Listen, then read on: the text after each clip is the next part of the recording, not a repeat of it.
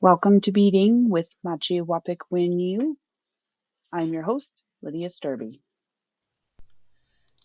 So today we're going to be making a beaded poppy. So in your kit you'd have a bag of mixed colored beads, a bobbin of black thread, a little piece of beeswax if your thread is getting frayed, the clip that we're going to use to put on, your pattern that has already got the gem in the middle and is stapled down to your stiffened felt. On the back you will see your needle with a sticker, and then a piece of fake leather or vinyl. So we're going to start by using our needle, getting it ready. Get a piece of thread that is from the tips of your finger to the opposite shoulder length, and you're going to thread your needle.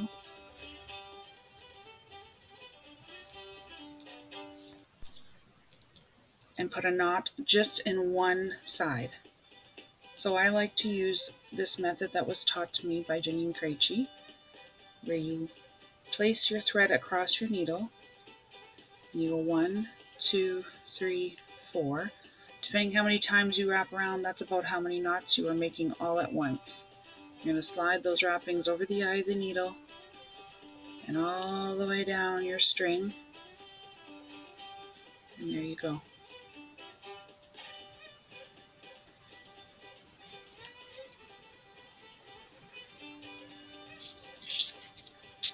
Now I'm going to dump out my beads. You'll see I've given 2 different colors of red. Usually we use the darker red close to the center and the lighter red as you get to the outside. You can do a pattern in there if you want. It's up to you. I come up through the felt and the paper right next to my gem on one of those black lines. From there I'm going to add 4 black beads.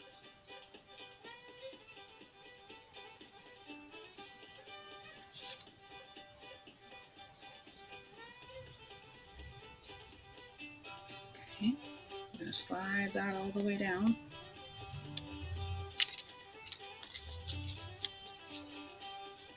Now I push them as far as I can right next to there. I'm going to use my opposite thumb to hold them in place. And then I'm going to place my needle right where they end at that black line and push through. Pull your string all the way through so they sit there.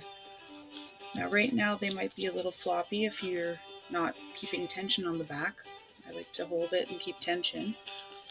But you're going to come up between the second and third bead you put on there. Bring your string all the way back through. And you're going to go through beads 3 and 4 and come out the end. What this allows you to do is it keeps the beads from shifting. They stay on that line nice and tight. And now you're ready to add on some more black beads to follow that line. Now you could use, if you're more comfortable, you could use 2 or 3. You can go higher, 5 or 6, but I probably wouldn't go more than 6 at a time just to be safe. Now you can see that my beads are not coming off the eye of my needle. That means I have a bead that is, the center has not been done.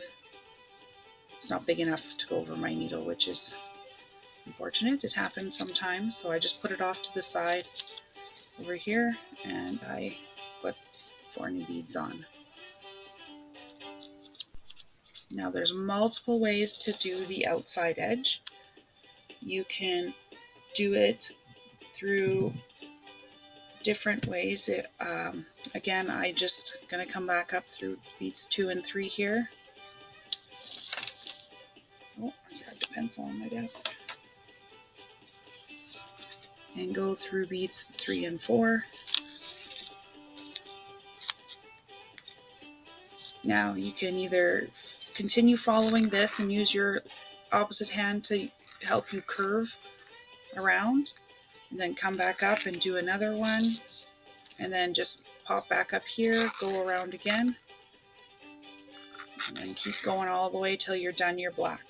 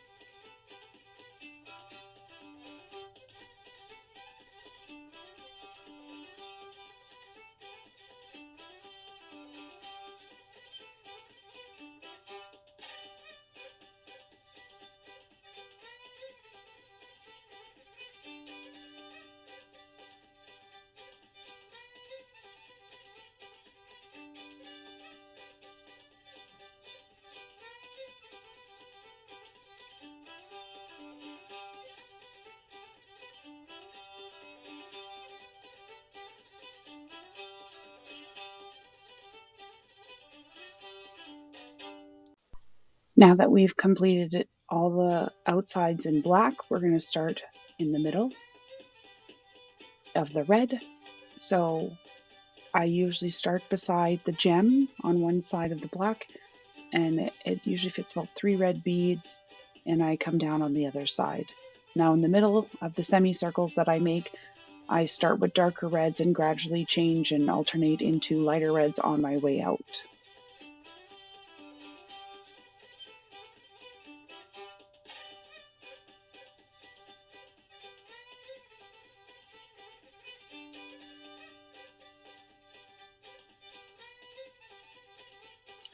I will do one row of a semicircle in each quadrant before I move on to the next row of semicircles in the very first quadrant.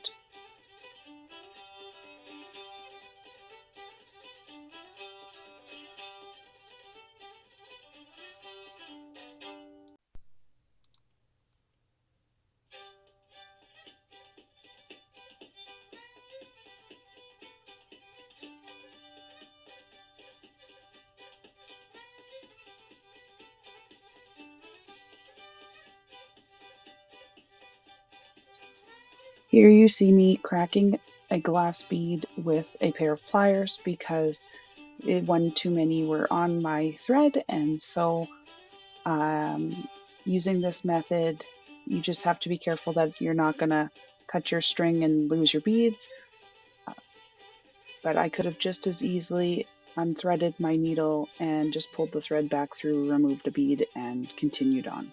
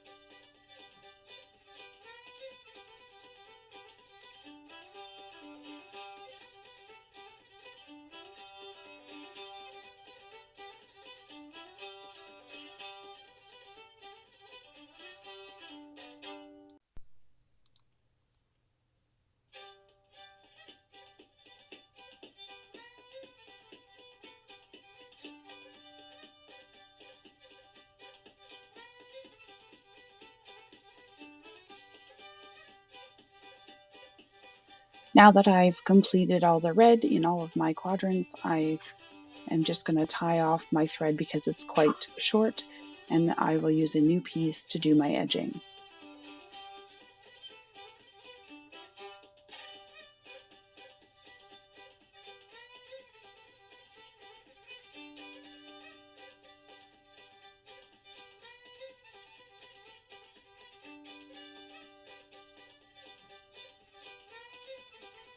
Now I'm going to use a pair of pliers to take the staples out, and I'm going to start removing all the extra paper on the outside of my project.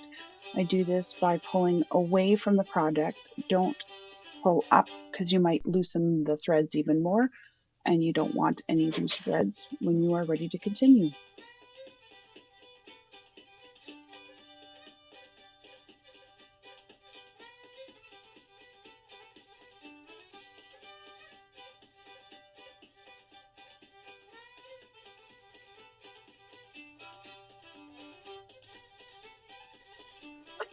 Using a pair of basic tweezers to help get the tinier pieces is super helpful, and you'll see me using that till I get every little piece that I want out.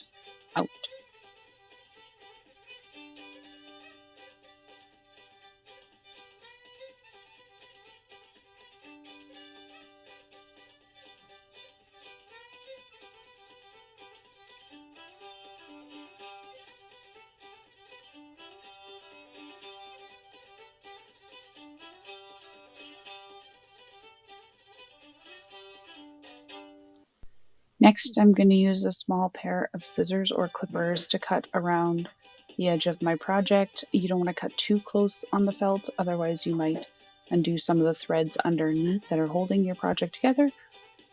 So just be very careful. Sometimes it's better to leave a thicker edge and then go back in around to get a little bit closer if you can.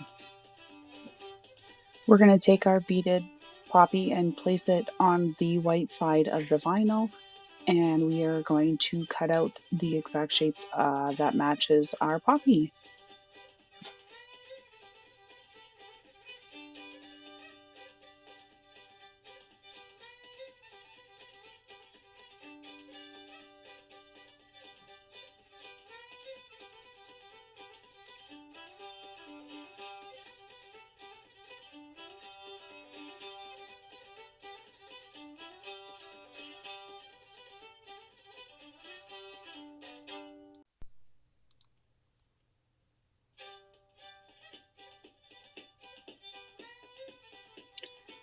Next, I'm going to thread a new piece of string into my needle and knot just one end, and that way that is ready to go.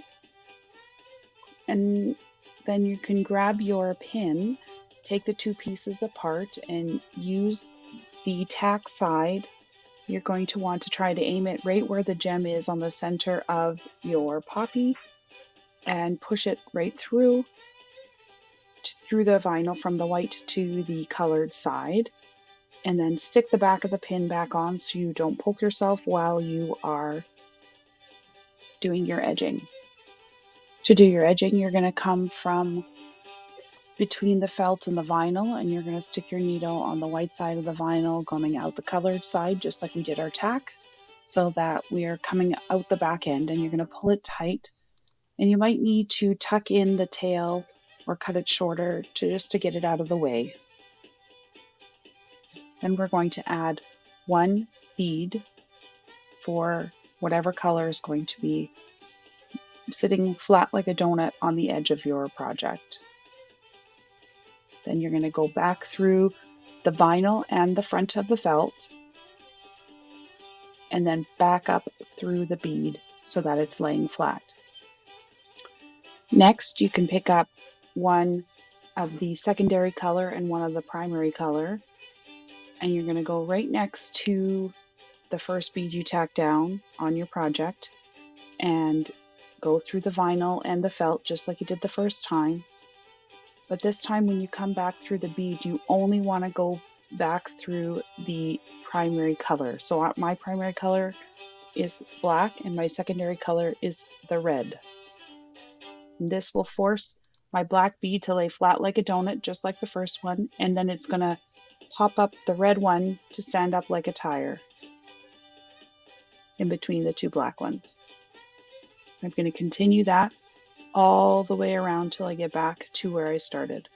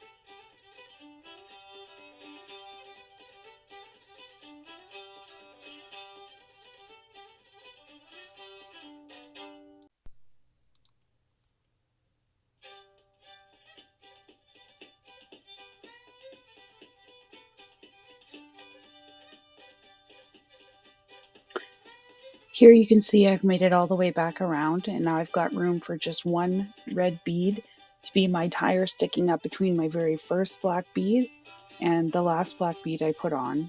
So I'm going to put on just the red or secondary color and come back down through the original primary black one, and then I'm going to tie myself off using the same style before, where we go under the thread and tie 2 knots. Next, I'm going to cut my thread and leave a little bit of a tail so that when I burn it with the lighter, I can then smoosh it with the metal parts so that the knot stays where I want it. And that's it. We are done our beaded poppy project. Thank you for joining me. Marcy.